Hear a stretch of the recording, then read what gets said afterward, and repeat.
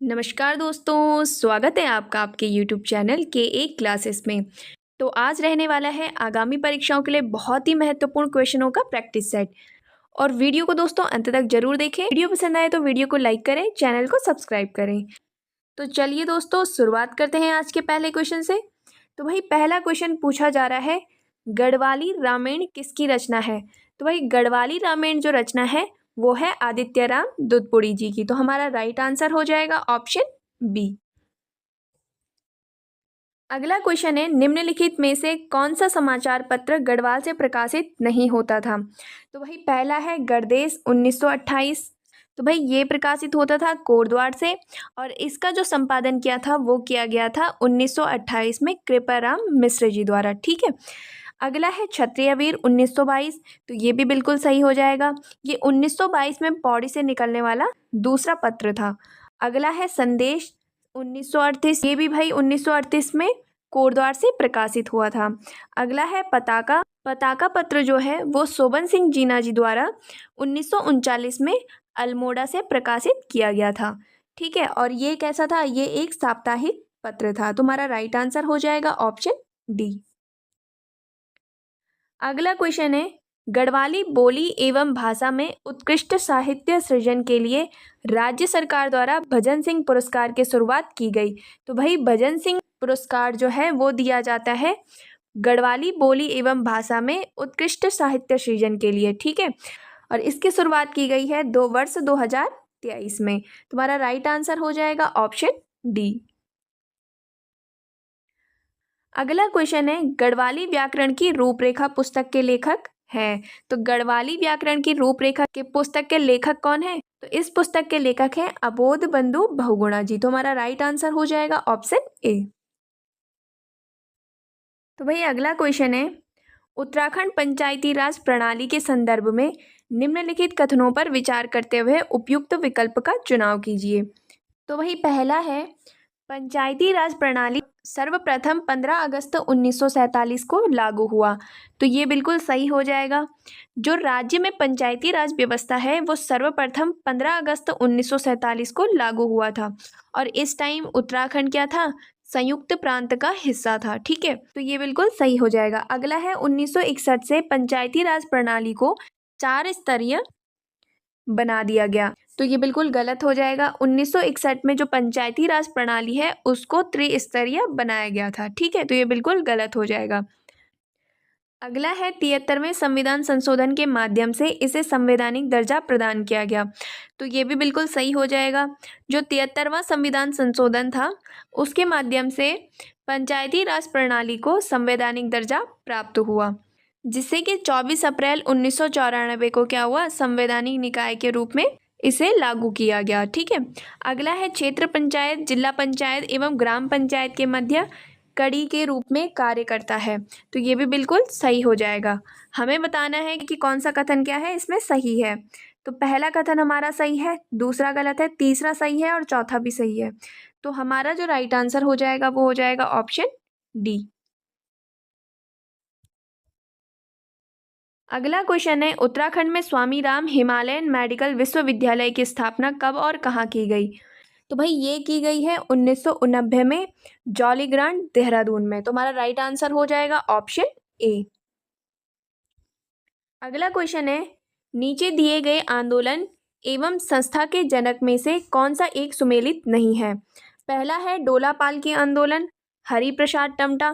तो ये बिल्कुल गलत हो जाएगा। जो डोला पालकी आंदोलन है वो चलाया गया था जयानंद भारती जी द्वारा। वहीं अगर बात करें हरि प्रसाद टमटा की तो इनके द्वारा शिल्पकार आंदोलन चलाया गया था। ठीक है। अगला है रक्षा सूत्र आंदोलन, सुरेश भाई। तो ये भी बिल्कुल सही हो जाएगा। जो रक्षा सूत्र आंदोलन है वह 1994 में सुरेश भाई के नेतृत्व में शुरू किया गया था। अगला है लोक संस्कृति संग्रहालय यशोधर मठपाल। तो ये भी बिल्कुल सही हो जाएगा। जो लोक संस्कृति संग्रहालय है उसकी स्थापना यशोधर मठपाल जी द्वारा 1983 में खुटानी भीमताल में की गई। ठीक है। अगला है हिमालय वन्यजीव संस्थान, कल्याण सिंह रावत। तो ये भी बिल्कुल सही हो जाएगा। इस संस्थान की स्थापना हुई थी मैती आंदोलन के समय 1974 में। ठीक है। तो हमारा राइट आंसर हो जाएगा ऑप्शन ए।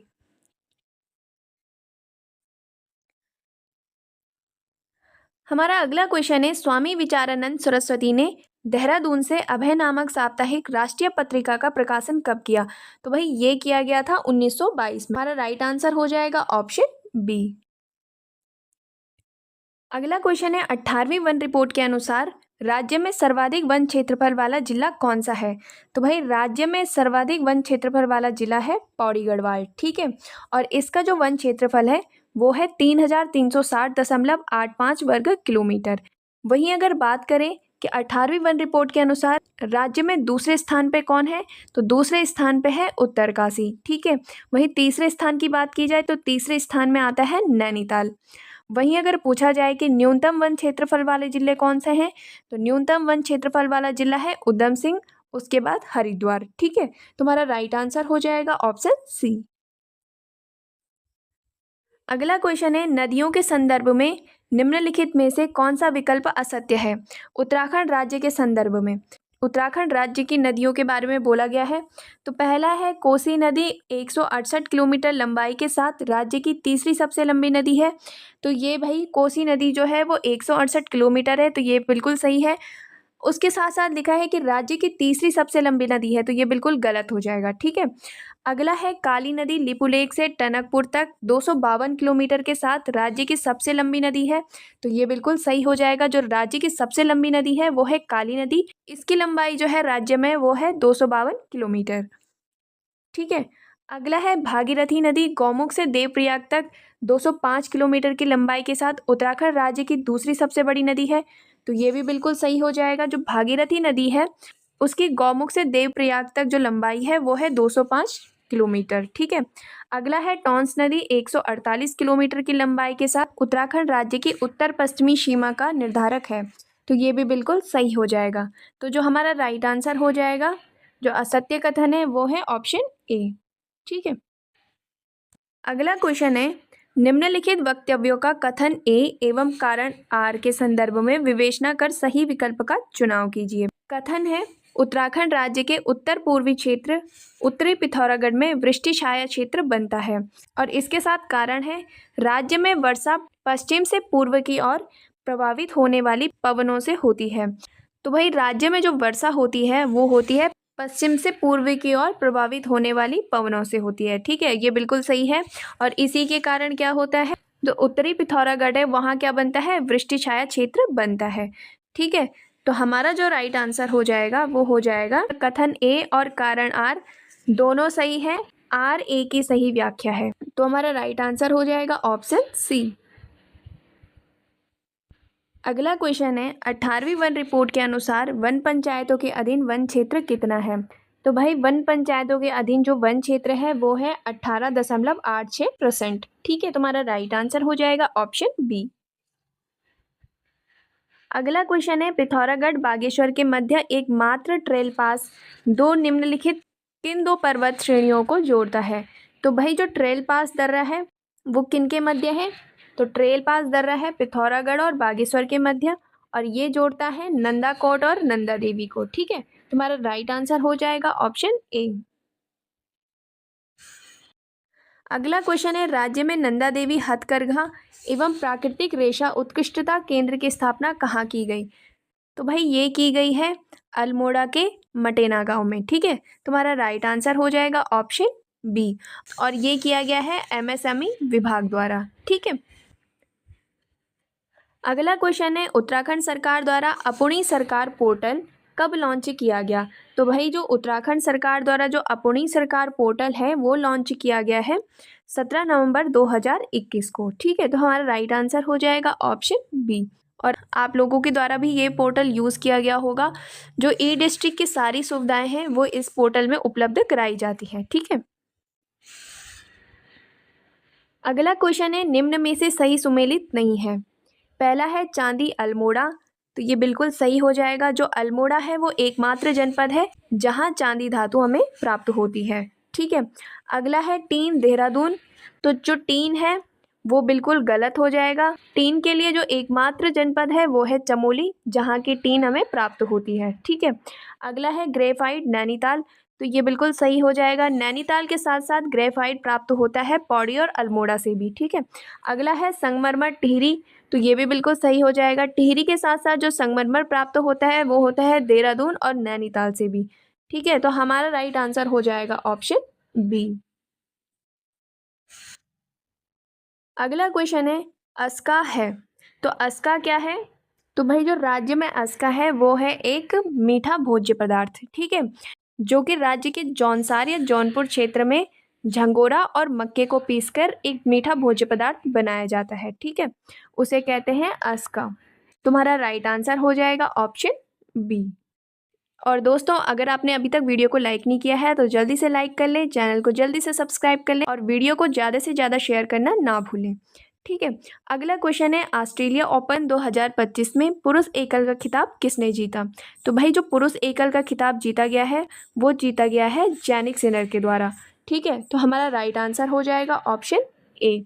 वहीं अगर महिला एकल की बात की जाए तो महिला एकल की जो विजेता रही है वो रही है मैडिसन कीज। ठीक है, तो हमारा राइट आंसर हो जाएगा ऑप्शन ए। अगला क्वेश्चन है हाल ही में मिस यूनिवर्स इंडिया का खिताब किसने जीता? तो भाई मिस यूनिवर्स इंडिया का खिताब जीता है मनिका विश्वकर्मा जी ने। ठीक है, तुम्हारा राइट आंसर हो जाएगा ऑप्शन ए।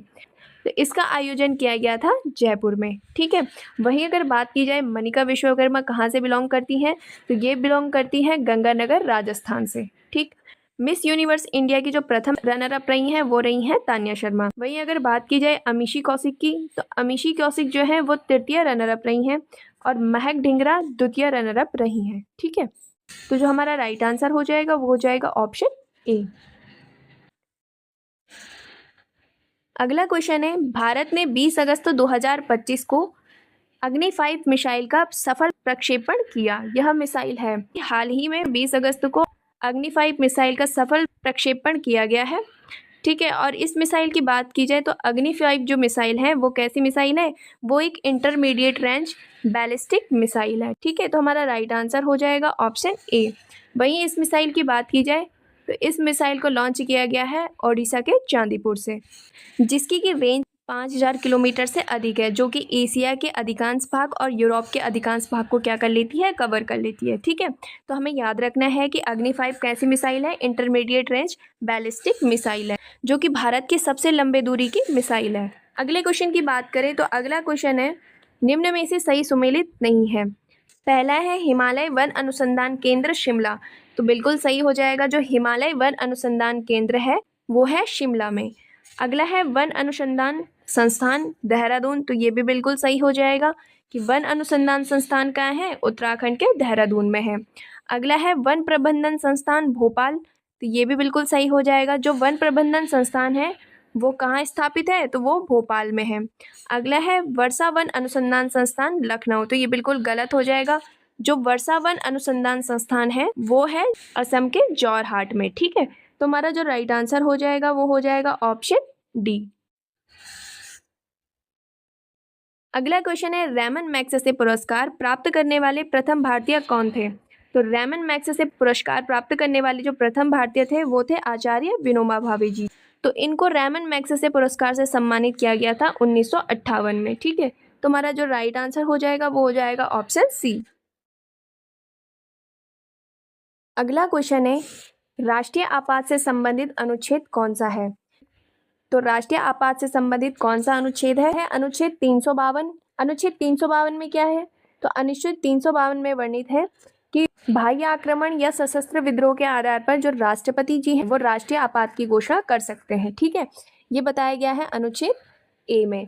और इसी में एक क्वेश्चन और बनता है राष्ट्रीय आपात में जो आंतरिक अशांति की जगह सशस्त्र विद्रोह प्रतिस्थापित किया गया है वो किस संविधान संशोधन के द्वारा किया गया है? तो भाई वो किया गया है 44वां संविधान संशोधन 1978 के द्वारा। ठीक है, तो ये बातें भी आपको ध्यान रखनी है। वहीं अगला है आर्टिकल 356, तो 356 में है राष्ट्रपति शासन के बारे में। ठीक है, यानी कि जब राज्य में संवैधानिक तंत्र की विफलता हो जाती है तो उस आधार पर राष्ट्रपति शासन लगता है, या राज्य द्वारा केंद्र के निवेशों को न मानने पर राष्ट्रपति शासन लगाया जाता है।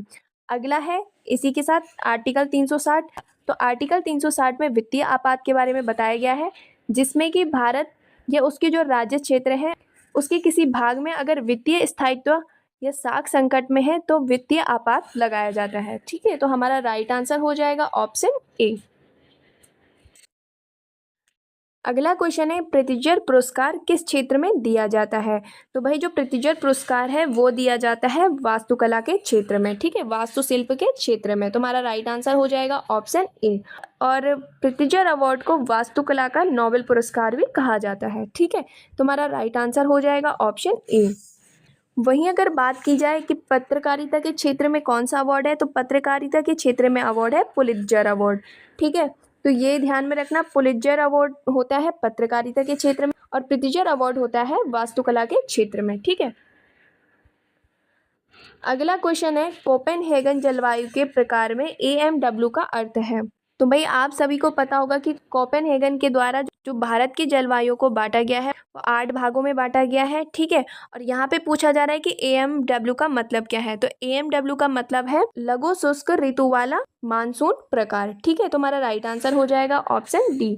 वहीं बात करें कि उष्णकटिबंधीय सवाना प्रकार है, इसको बताया गया है AW से, और शुष्क ग्रीष्म ऋतु वाला मानसून प्रकार तो इसको बताया गया है AS से, ठीक है। तो हमारा राइट आंसर हो जाएगा ऑप्शन डी। अगला क्वेश्चन है 1974 में पोखरण में भूमिगत नाभिकीय परीक्षण किस पंचवर्षीय योजना के दौरान किया गया।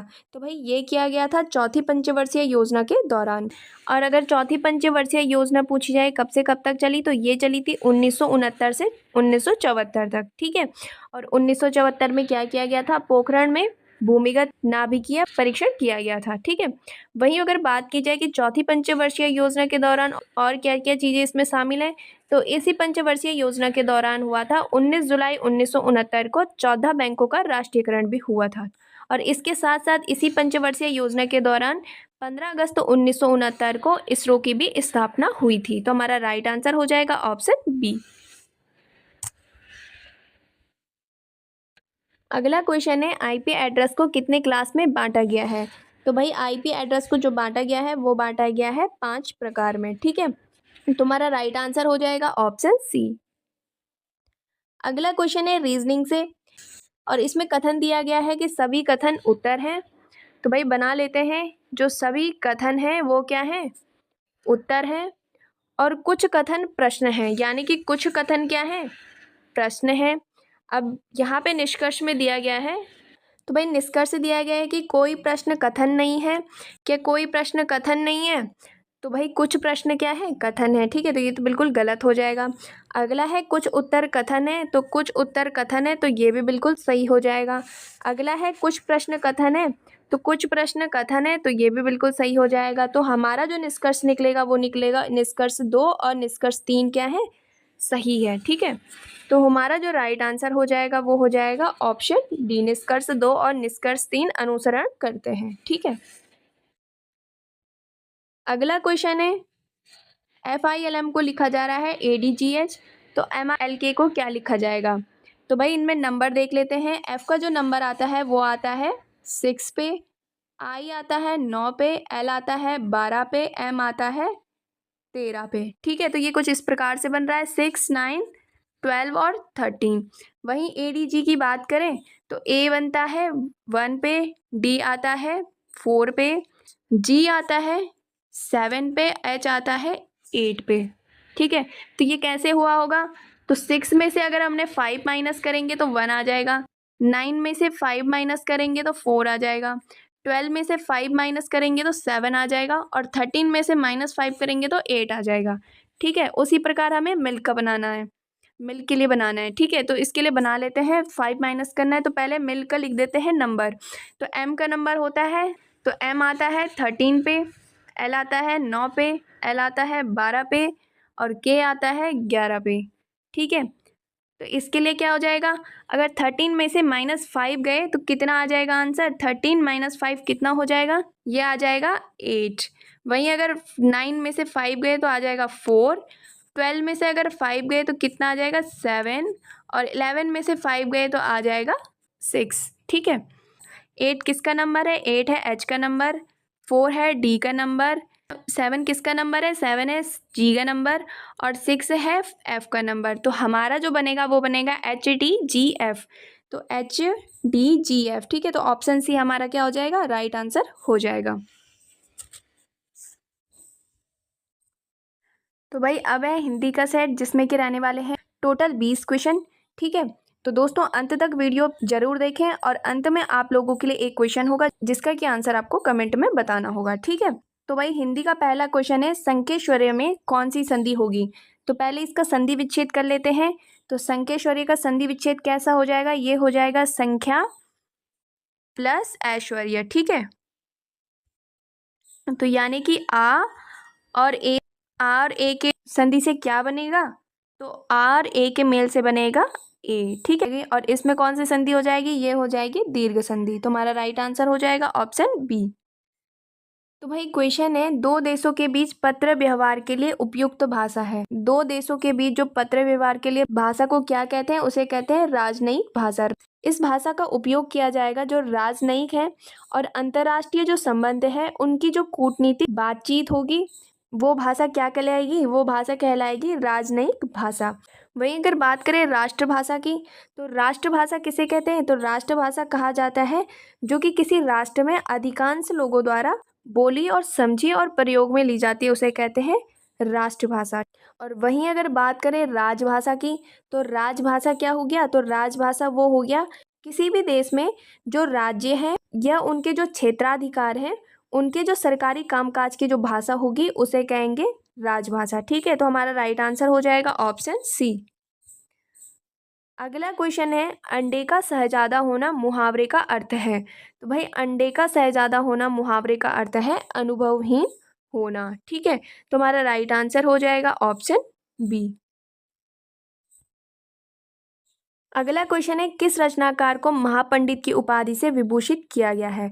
तो भाई महापंडित की उपाधि से जो विभूषित किया गया है वो किया गया है राहुल सांकृत्यायन जी को। ठीक है, राहुल सांकृत्यायन जी जो थे उनकी जो विभिन्न भाषाओं में जो पकड़ थी उसके लिए राहुल सांकृत्यायन जी को महापंडित की उपाधि दी गई है। ठीक है, वहीं अगर राहुल सांकृत्यायन जी की बात की जाए तो राहुल सांकृत्यायन जी को जो साहित्य अकादमी पुरस्कार दिया गया था वो दिया गया था 1958 में। ठीक है, और वो किस कीर्ति के लिए दिया गया था, तो वो दिया गया था मध्य एशिया के इतिहास के लिए। ठीक है, वहीं अगर बात की जाए कि राहुल सांकृत्यायन जी को पद्म भूषण से कब सम्मानित किया गया, तो इनको सम्मानित किया गया था 1963 में। ठीक है, तो हमारा राइट आंसर हो जाएगा ऑप्शन डी।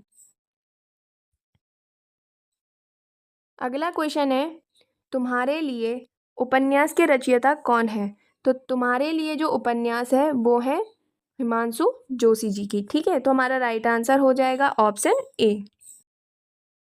अगला क्वेश्चन है, निम्न में से संवृत्त स्वर की पहचान कीजिए।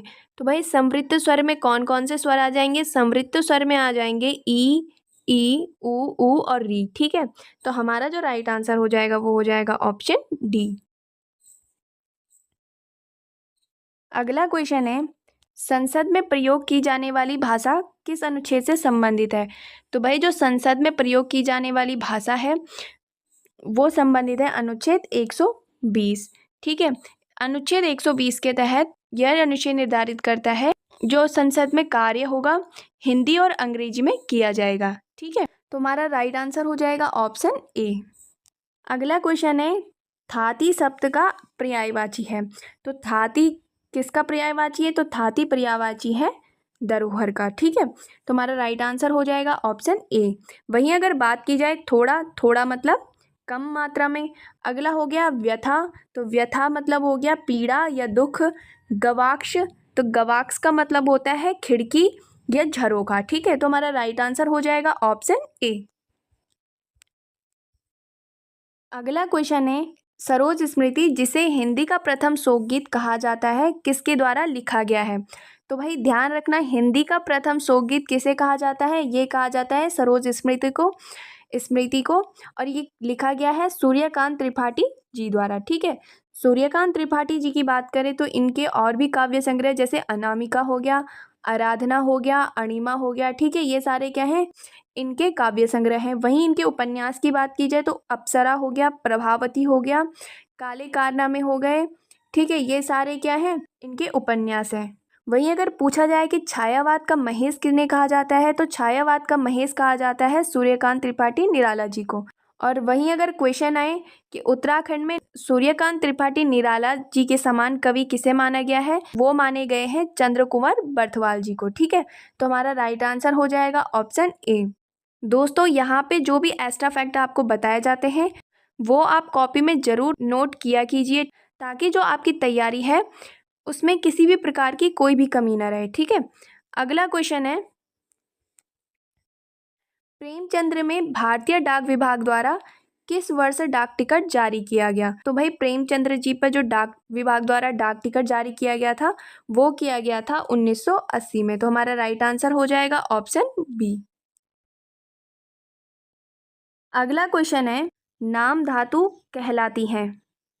तो भाई नाम धातु क्या हो जाएंगी? नाम धातु हो जाएंगी जो संज्ञा और विशेषण से जो बनने वाली क्रिया होती है उसे क्या कहेंगे? नाम धातु कहेंगे। तो हमारा राइट आंसर हो जाएगा ऑप्शन ए। अगला क्वेश्चन है, कौन सा शब्द भ्रमर का पर्यायवाची नहीं है? भाई पहला है शलभ। तो शलभ किसका पर्यायवाची है? टिड्डी होती है या पतंगा होता है ना, उसको शलभ कहते हैं। ठीक है। चंचरिक किसका पर्यायवाची है? तो चंचरिक है मधुमक्खी या भ्रमर का पर्यायवाची। सिलीमुख का बात करें तो ये भी किसका पर्यायवाची है? सिलीमुख है भ्रमर का पर्यायवाची। मिलिंद भी भ्रमर का पर्यायवाची है। जो हमारा राइट आंसर हो जाएगा वो हो जाएगा ऑप्शन ए। अगला क्वेश्चन है, मगही किस उपभाषा की बोली है? तो मगही है बिहारी उपभाषा की बोली। ठीक है, इसके साथ साथ बिहारी की और कौन सी भाषाएं हो जाएंगी? भोजपुरी हो गया, मैथिली हो गया, ये सारी क्या है? बिहारी की बोली है। वहीं अगर राजस्थानी की बात करें तो राजस्थानी में आ जाएगा मारवाड़ी, जयपुरी, मेवाती और मालवी। वहीं पश्चिमी हिंदी की बात करें तो पश्चिमी हिंदी में आ जाएगा कौरवी या खड़ी बोली, हरियाणवी, ब्रजभाषा, बुंदेली और इसके साथ साथ कन्नौजी। ठीक है, और पूर्वी हिंदी में आ जाएगा अवधी, बघेली और छत्तीसगढ़ी। वहीं अगर इसके साथ साथ पहाड़ी बोली जाए तो पहाड़ी में आ जाएगा कुमाऊनी और गढ़वाली। ठीक है, तो हमारा राइट आंसर हो जाएगा ऑप्शन डी। अगला क्वेश्चन है, चांद का मुंह टेढ़ा है रचना की विदा है। तो भाई चांद का मुंह टेढ़ा है ये किसकी रचना है? तो ये रचना है गजानन माधव मुक्तिबोध जी की। ठीक है, और ये कैसी रचना है? तो इसकी विधा जो है वो है कविता संग्रह। ठीक है, इसके साथ साथ गजानन माधव मुक्तिबोध जी की और कविता संग्रह कौन कौन सी हैं? सहर्ष स्वीकार हो गया, भूरी भूरी खाक धूल हो गया, ये सब क्या है? इनके कविता संग्रह हैं। अगर प्रश्न बनेगा कि तार सप्तक के प्रथम कवि कौन है, तो वो भी किन्हें कहते हैं? वो भी मुक्तिबोध जी को कहा जाता है। ठीक है, तो हमारा जो राइट आंसर हो जाएगा वो हो जाएगा ऑप्शन बी। अगला क्वेश्चन है, यदि चरी का अर्थ पशु है तो चरी का अर्थ होगा, चरी का अर्थ है पशु तो चरी का अर्थ हो जाएगा जड़ी बूटी। ठीक है, तो हमारा जो राइट आंसर हो जाएगा वो हो जाएगा ऑप्शन ए। अगला क्वेश्चन है, बिना घर का के लिए एक शब्द है। तो बिना घर का के लिए एक शब्द क्या हो जाएगा? बिना घर का शब्द के लिए हो जाएगा अनिकेत। ठीक है, तो हमारा जो राइट आंसर हो जाएगा वो हो जाएगा ऑप्शन बी। अगला क्वेश्चन है, हरिशंकर परसाई को साहित्य अकादमी पुरस्कार उनकी किस रचना के लिए दिया गया? तो भाई हरिशंकर परसाई जी को जो साहित्य अकादमी पुरस्कार दिया गया था वो दिया गया था 1982 में, और ये दिया गया था विकलांग श्रद्धा का दौर रचना के लिए। ठीक है, तो हमारा जो राइट आंसर हो जाएगा वो हो जाएगा ऑप्शन ए। वहीं अगर बात करें कि ठिठुरता हुआ गणतंत्र, तो ये इनका एक व्यंग्य संग्रह है, ठिठुरता हुआ गणतंत्र। अगला है शिकायतें मुझे भी हैं। तो शिकायतें मुझे भी हैं ये इनका है निबंध संग्रह। ठीक है, अगला है रानी नागफनी की कहानी, ये इनका एक उपन्यास है। ठीक है, तो हमारा जो राइट आंसर हो जाएगा वो हो जाएगा ऑप्शन ए। जो इनका व्यंग्य संग्रह था विकलांग श्रद्धा का दौर, उसके लिए इनको क्या साहित्य अकादमी पुरस्कार से सम्मानित किया गया है। ठीक है, और हिंदी के जो सर्वश्रेष्ठ व्यंग्य लेखक कहे जाते हैं वो हरिशंकर परसाई जी को ही कहा जाता है। ठीक है, अगला क्वेश्चन है, कृष्ण बांसुरी बजाते थे और राधा नाचती थी, वाक्य किस प्रकार का है? यहाँ पे बीच में क्या आ रहा है? और आ रहा है। ठीक है, और पहला वाक्य क्या है कि कृष्ण बांसुरी बजाते थे, और दूसरा वाक्य है राधा नाचती थी। इसमें दो क्या है? दो स्वतंत्र उपवाक्य हैं। ठीक है, और जिसको कि जोड़ा जा रहा है किससे? एक समुच्चय बोधक चिन्ह से, यानी कि और हो गया। समुच्चय बोधक में क्या क्या आते हैं? और हो गया, एवं हो गया, या, किंतु, परंतु, ये सब किस में आते हैं? समुच्चय बोधक में आते हैं। तो ये क्या हो गया? ये हो गया संयुक्त वाक्य। संयुक्त वाक्य क्या हो जाएगा? संयुक्त वाक्य वो हो जाएगा जिस वाक्य में दो या दो से ज़्यादा क्या होते हैं? स्वतंत्र उपवाक्य होते हैं, और वो जुड़े रहते हैं समुच्चय बोधक से। ठीक है, तो हमारा राइट आंसर हो जाएगा ऑप्शन बी। अगला क्वेश्चन है, निम्न में कौन सी क्रिया सकर्मक क्रिया है? तो भाई कौन सी क्रिया है सकर्मक? पहला है बालिका निबंध लिख रही है, दूसरा है पक्षी आकाश में उड़ते हैं, तीसरा है बालक खिलौना पाकर हंसता है, चौथा है मंदाकिनी सोती है। तो भाई सकर्मक क्रिया क्या होता है? जिस क्रिया से हमें क्या पता चले, क्या किसको प्रश्न करने पे उसका उत्तर हमें प्राप्त हो। ठीक है, और इसमें जो सकर्मक क्रिया हो जाएगी वो हो जाएगी बालिका निबंध लिख रही है। ठीक है, तो हमारा राइट आंसर हो जाएगा ऑप्शन ए। अगला क्वेश्चन है, उल्टा पिरामिड की विशेषता है। पहला ऑप्शन है, इसमें क्लाइमेक्स सबसे शुरू में होता है, दूसरा है इसमें क्लाइमेक्स बीच में होता है, तीसरा है इसमें क्लाइमेक्स बिल्कुल अंत में होता है, चौथा है इसमें क्लाइमेक्स नहीं दिया जाता। तो जो उल्टा पिरामिड की विशेषता है वो होता है इसमें क्लाइमेक्स सबसे शुरू में होता है। ठीक है, तो हमारा राइट आंसर हो जाएगा ऑप्शन ए। उल्टा पिरामिड जो शैली है वो एक समाचार लेखन की एक विधि है। ठीक है, तो हमारा जो राइट आंसर हो जाएगा वो हो जाएगा ऑप्शन ए। और आज का दोस्तों, आज का प्रश्न है, दुनिया का सबसे ऊंचा रेलवे आर्च ब्रिज का निर्माण किस नदी पर हुआ है? तो ये है भाई आज का क्वेश्चन, और इसका आंसर आपको डिटेल्ड में कमेंट बॉक्स पे देना है। ठीक है, और आज की अगर वीडियो आपको हेल्पफुल लगी हो तो वीडियो को प्लीज़ लाइक करें, ज़्यादा से ज़्यादा शेयर करें एंड चैनल को जल्दी से सब्सक्राइब कर लें। धन्यवाद।